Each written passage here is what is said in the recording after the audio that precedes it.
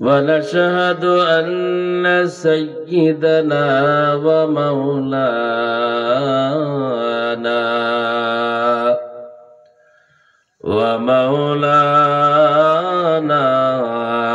محمدا عبده ورسوله الذي أرسله بالحق بشيرا ونذيرا وداعيا إلى الله بإذنه وسراجا منيرا أما بعد فأعوذ بالله من الشيطان الرجيم بسم الله الرحمن الرحيم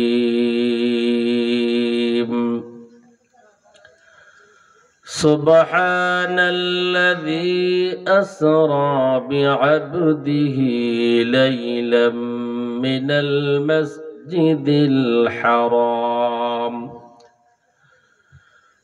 المسجد الحرام إلى المسجد الأقصى الذي باركنا حوله لنريه من آياتنا إنه هو السميع البصير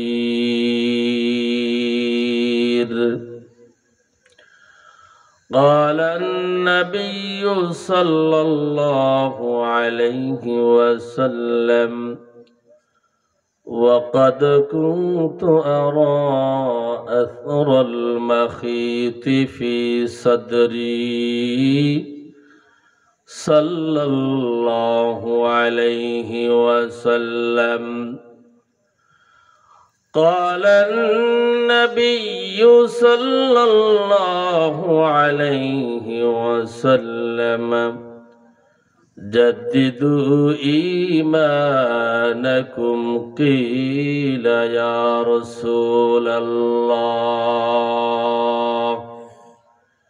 وكيف نجدد إيماننا قال أكثر ذكر من قول لا إله إلا الله شكله پڑھی لا إله إلا الله جور آواز ہے لا إله إلا الله لا إله إلا الله لا إله إلا الله زورے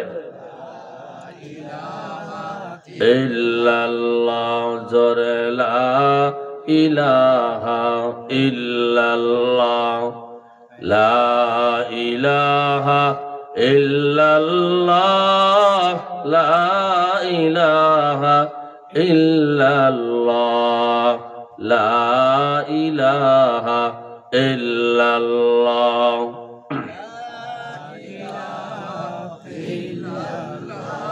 পাখির গানে গানে হাওয়ার তানে তানে ওই নামেরি সুর শোনে মন হয়ে পাগল পারালা ইলাহা ইল্লাল্লাহ জোরে লা ইলাহা ইল্লাল্লাহ লা ইলাহা ইল্লাল্লাহ লা ইলাহা ইল্লাল্লাহ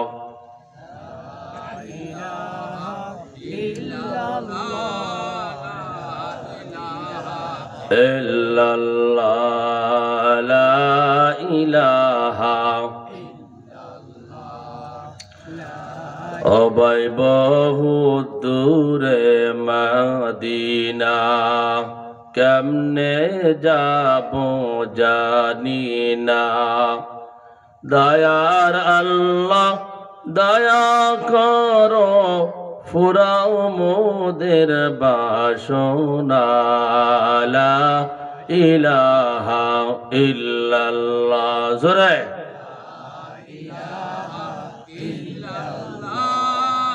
লা ইলাহা ইল্লাল্লাহ লা ইলাহা ইল্লাল্লাহ লা ইলাহা ইল্লাল্লাহ মুহাম্মাদুর রাসূলুল্লাহ সকলে বলি সাল্লাল্লাহু আলাইহি ওয়াসাল্লাম।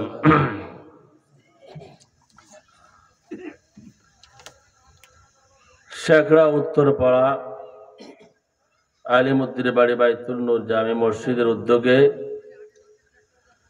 ও এলাকাবাসীর সহযোগিতায় একদিন ব্যাপী আজিমুসান ওয়াজ মাহফিলের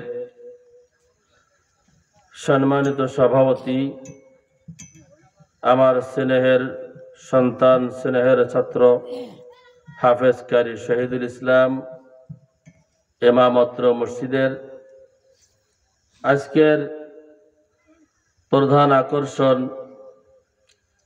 আলহাজ হযরত মাওলানা মুফতি হাসিবুর রহমান মাদানী সাহেব, স্টেজে বসে আছেন হযরত ওলামা ইকরাম, সামনে বসে আছেন মুরব্বী বাবাজিরা, যুবক ভাইরা, স্নেহের কচিকাচা ছেলেরা, পর্দার আড়ালে অবস্থানরত আমার মা ও বোনেরা, আল্লাহ পাকের দরবারে অসংখ্য অগণিত শুকর আদায় করি যিনি আমাকে এবং আপনাদেরকে হাজারো লাখো মানুষের ভিতর থেকে যাচাই করে বাছাই করে অত্যন্ত দয়া মায়া করে মেহেরবানি করে ভালোবেসে কোরআন ও হাদিসের আলোচনা বলবার জন্য শুনবার জন্য আমাদেরকে মনোনীত করলেন, পছন্দ করলেন।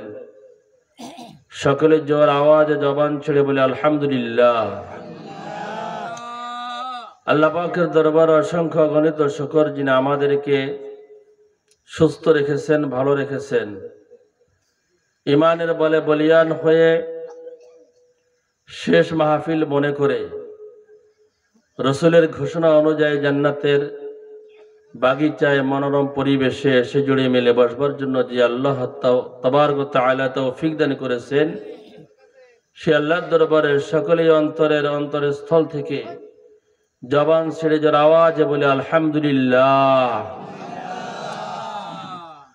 আমরা মুসলিমায় কয়েকজন ভাই আমরা সামনে বসেছি, বাবাজিরা বসেছেন। তা আমি আসার পথে দেখলাম রাস্তাঘাটে দোকানপাটে যতগুলা মানুষ রয়েছে বুড়া যুবক দিয়ে সকলে যদি এসে এই মাহফিলের প্যান্ডেলের নিচে বসে যায় তাহলে আজকে এখন এই পর্যন্ত এই মুহূর্তে জায়গা দেওয়া যাবে না। মাইকের আওয়াজ যতদূর যাচ্ছে আমার যুবক ভাই বুড়া বাবাজিদেরকে অনুরোধ করব আজকের শেষ মাহফিল মনে করে আমরা জান্নাতের এই বাগিচায় এসে বসে যাই। কারণ কার কথায় কোন অবস্থায় হেদায়েতের দরজা আল্লাহ পাক খুলে দেবে আমাদের কারো জানা নাই, ঠিক না বলেন? আমার আপনার জন্য আজকের মাহফিল শেষ মাহফিল হতে পারে, আর জীবনে এই মাহফিল পাবো কিনা তার নিশ্চয়তা আমাদের কাছে নাই, আছে নাকি? আসার সিরিয়াল আছে, যাওয়ার কোনো সিরিয়াল নাই। দাদা আসছে, বাবা আসছে, মা আসছে, বড় ভাই আসছে, ছোট ভাই আসছে, এইভাবে আসার একটা সিরিয়াল আছে, কিন্তু যাওয়ার কোনো কি নাই, সিরিয়াল নাই। আছে অনেক 8 বছর 10 বছর 15 বছর বয়সের ছেলেরা দুনিয়া থেকে চলে যাচ্ছে, আবার 120 বছর বয়স পাচ্ছে, তাই না? এই জন্য আসার সিরিয়াল আছে, যাওয়ার সিরিয়াল নাই। যদি মনে করে এই বছর শুনবো, আগামী বছর শুনবো, এই একটু নামাজ পড়বো না, ফজর একটু নামাজ পড়বো, 15 বছর বয়স এসেছে, এই বয়সে নামাজ পড়বো না, 20 বছরে পড়বো, 20 বছর হায়াত পাবো কিনা কোনো ডকুমেন্ট আছে নাকি? কোনো ডকুমেন্ট নাই। এই জন্য কবি বলে না, হি হাম সব মুসাফির হায়, হি হাম সব মুসাফির হায়, ওহি আখের ঠিকানা, কুই আগে রওয়ানা হো, কুই পিছে রওয়ানা। আমরা পৃথিবীর জমিনে মুসাফির হালাতে আসছি, ঠিক না বলেন? আমরা এখন মুসাফির। আসার সিরিয়াল আছে, যার কোনো সিরিয়াল নাই, যে আগে আসছে সে যে পরে যাবে তা না, আগে আসছে সে আগে চলে যেতে পারে, পরে যে আসছে সে আরো পরে যেতে পারে বা আগে চলে যেতে পারে, ঠিক না বলেন? এই জন্য মুসাফির হালাতে আমরা যতদিন দুনিয়াতে বেঁচে থাকবো আল্লাহ পাকের হুকুম হাকাম মেনে নিয়ে চলার চেষ্টা করবো ইনশাআল্লাহ। সময় যেহেতু পাবো না, আমি যে আয়াতে কারিমা তেলাওয়াত করেছি 15 নম্বর পারার প্রথম আয়াত সূরা বনী ইসরাইলের। কোন সূরা? 15 নম্বর পারার বনী ইসরাইলের প্রথম সূরা, প্রথম আয়াত। যেহেতু এইটা রজব মাস, কি মাস? রজব মাসের শেষ প্রান্তে, ঠিক না বলেন? 12টি মাসের ভিতরে 4টি মাস মহাসম্মানিত মাস। 12টি মাসই আল্লাহ পাকের সৃষ্টি, এবং সৃষ্টির শুরু থেকেই 12টি মাস নির্ধারণ করেছেন। এই 12টি মাসের ভিতরে 4টি মাস শ্রেষ্ঠ সম্মানিত মাস। ইন্না ইদ্দাতাশ শুহুরি ইনদাল্লাহি 12 শাহরান ফি কিতাবিল্লাহ ইয়াওমা খালাকাস সামাওয়াতি ওয়াল আরদা মিনহা আরবাআতুন হুরুম। সৃষ্টির শুরু থেকে 12টি মাস আল্লাহ পাক নির্ধারণ করেছেন, তার ভিতরে 4টি মাস মহাসম্মানিত মাস, তার ভিতরে একটি মাস হলো রজব মাস। বলেন আলহামদুলিল্লাহ। এই মাসের পরে মাসের নাম কি? তারপরে মাসের নাম রমজান মাস। এই জন্য এই মাসে যখন উপনীত হব, আল্লাহ রাসূল বলেছেন রজব মাসে যখন তোমরা ঢুকবা, রজব মাসে যখন পৌঁছে যাইবা, আমলের ভিতরে সবচেয়ে উল্লেখযোগ্য একটা আমল আছে, সে আমলটা হলো আল্লাহুম্মা বারিক লানা ফি রজব ওয়া শাবান ওয়া বাল্লিগনা রমাদান। অর্থ হলো, হে আল্লাহ, আপনি আমাদেরকে রজব ও শাবান মাসের বরকত দান করেন এবং রমজানুল মুবারক মাস পর্যন্ত আমাদেরকে হায়াত বৃদ্ধি করে দেন, বাড়ায়া দেন, লম্বা করে দেন। তার মানে কাজে কর্মে, হায়াতে, দৌলতে সব কিছুর বরকত আল্লাহর কাছে চেয়ে নেওয়া এবং রমজান মাস পর্যন্ত পৌঁছে যাওয়া। রমজান মাস পর্যন্ত পৌঁছে গেলে আল্লাহ পাক যদি হায়াত লম্বা করে দেয়, আর এক রমজান মাস পর্যন্ত চলা বড় অতি সহজ হয়ে যায়। আমি যে আয়াতে কারিমা তেলাওয়াত করেছি বনী ইসরাইলের প্রথম সূরা 15 নম্বরের প্রথম আয়াত, আল্লাহ রাব্বুল আলামিন বলেন সুবহানাল্লাযী আসরা বিআবদিহি লাইলাম মিনাল মাসজিদিল হারাম ইলাল মাসজিদিল আকসাল্লাযী বারাকনা হাওলাহু লিনুরিয়াহু মিন আয়াতিনা ইন্নাহু হুয়াস সামিউল বাসীর। রজব মাসের উল্লেখযোগ্য ঘটনার ভিতরে সবচেয়ে বড় উল্লেখযোগ্য ঘটনা হলো আল্লাহর নবীর এই রজব মাসের 27 রজবে আল্লাহর নবী আল্লাহর সঙ্গে দিদার লাভ করেছেন, মেরাজ সংঘটিত হয়েছে। সুবহানাল্লাহ। এই জন্য এই আয়াতে কারিমার প্রথম শব্দটাই সুবহান শব্দ ব্যবহার করেছেন, কারণ আশ্চর্যজনক কোন জিনিস দেখলে বা শুনলে কি বলতে হয়? আর জোরে বলেন। আশ্চর্য ধরনের কোন জিনিস দেখলে বা শুনলে সঙ্গে সঙ্গে সুবহানাল্লাহর আওয়াজ জবান ছেড়ে বলতে হয়, ঠিক কিনা?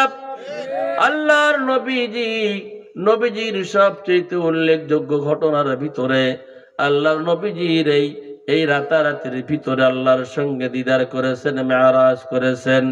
এটা বড় আশ্চর্য ধরনের জিনিস, বিষয়বস্তু, যার কারণে আল্লাহ পাক রব্বুল আলামিন এই আয়াতের শুরুতেই সুবহান শব্দ ব্যবহার করেছে। এটা হলো রাসূল সাল্লাল্লাহু আলাইহি ওয়াসাল্লামের শিক্ষা সফর।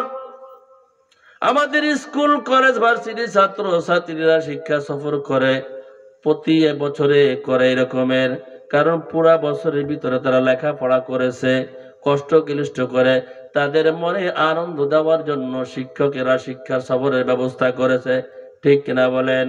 এই শিক্ষা সফরে যাইয়া অনৈতিক কিছু কাজকর্ম শেখা যায়, কোন সুন্দর কোনো কিছু শেখা যায় না, ঠিক কিনা?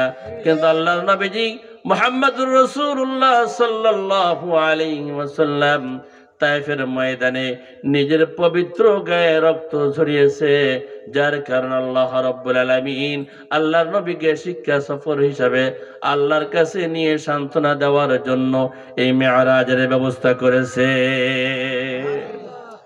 আমার ভাইরা, মেরাজ বাইতুল্লাহ থেকে বাইতুল মুকদ্দাস পর্যন্ত 750 কিলোমিটার। এই 750 কিলোমিটার হওয়ার কারণে যেহেতু দূরের রাস্তা, আল্লাহ রাব্বুল আলামিন এই আয়াতের ভিতরে আকসা শব্দ ব্যবহার করেছেন। আকসা শব্দের বাংলা আবিধানিক অর্থ হলো দূরবর্তী মসজিদ। কি মসজিদ?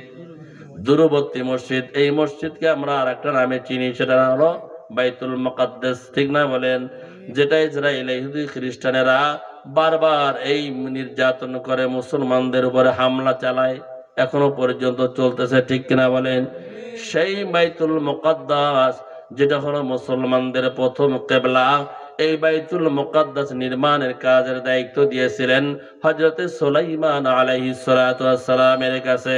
হযরত সুলাইমান আলাইহিস সালাতু ওয়াস সালাম যখন বাইতুল মুকদ্দাসের নির্মাণ কাজ শেষ পর্যায়ে, এমন সময় কাছের ঘরের ভিতরে লাঠিতে ভর করে দাঁড়িয়েছিলেন জি সুলাইমান আলাইহিস সালাতু ওয়াস সালাম। তিনি একজন বাচ্চা ছিলেন, একজন ধনী ছিলেন, একজন পয়গম্বর ছিলেন। বলুন সুবহানাল্লাহ। মালাকুল মউত হাজির হয়ে গেছে। মালাকুল মউত আল্লাহর নবী সুলাইমান আলাইহিস সালাতু ওয়াস সালামকে সালাম দিলেন। আল্লাহর নবী সুলাইমান পয়গম্বর সালামের উত্তর করলেন, জিজ্ঞাসা করলেন, ইয়া কি আজরাইল, মালাকুল মউত কিসের জন্য আসছেন, কি কারণে এসেছেন? বলে, ইয়া নবী, ইয়া আইয়ুহান নবী সুলাইমান আলাইহিস সালাতু ওয়াস সালাম, আমি এসেছি আল্লাহ পাকের হুকুমে আপনার জান কবজ করার জন্য। সুলাইমান আলাইহিস সালাতু ওয়াস সালাম দুনিয়ার বাদশা ছিলেন, ধনী ছিলেন, পয়গম্বর ছিলেন। এরপরে একটু দাবি করলেন, ইয়া কি আজরাইল, আমাকে একটু সময় দেওয়া যাবে কি? মসজিদের অনেক হিসাব কিতাব বাকি রয়েছে, এগুলা বুঝাইয়া শুনাইয়া দিয়া যাইতে হবে। আজরাইল বললেন, ওইগুলার দায়িত্ব আল্লাহর, আপনাকে কোনো সময় দেওয়া হবে না। কিন্তু জিজ্ঞাসা করছে, এটাই হলো বড় পাওনা। তাহলে আমি তো দাঁড়িয়ে আছি, একটু বসার সুযোগ। বলে, বসার সুযোগ দেওয়া যাবে না, শোয়ার সুযোগ দেওয়া যাবে না। যেইভাবে আপনি দাঁড়িয়ে আছেন ওইভাবে আপনার জান কবজ করার হুকুম এসেছে, সুতরাং আপনার জান এখনই কবজ করে নিয়ে যেতে হবে। আল্লাহর নবী বাইতুল মুকদ্দাস কাজ শেষ পর্যায়ে আল্লাহর কাছে 5টা দোয়া করেছিলেন। কয়টা? জোরে আওয়াজে বলেন, কয়টা? 5টা দোয়া করেছিলেন। 1 নম্বর, আল্লাহ তোমার হুকুমে এই বাইতুল মুকদ্দাস ঘর নির্মাণ করলাম, তোমার ঘর নির্মাণ করলাম, কিন্তু আল্লাহ এই ঘরে বা এই ঘরের শাখা প্রশাখা যতগুলি আছে, এই ঘরের ভিতরে ঢুইকা যারা অন্যায় অপরাধ করে, গুনার পাহাড়, গুনার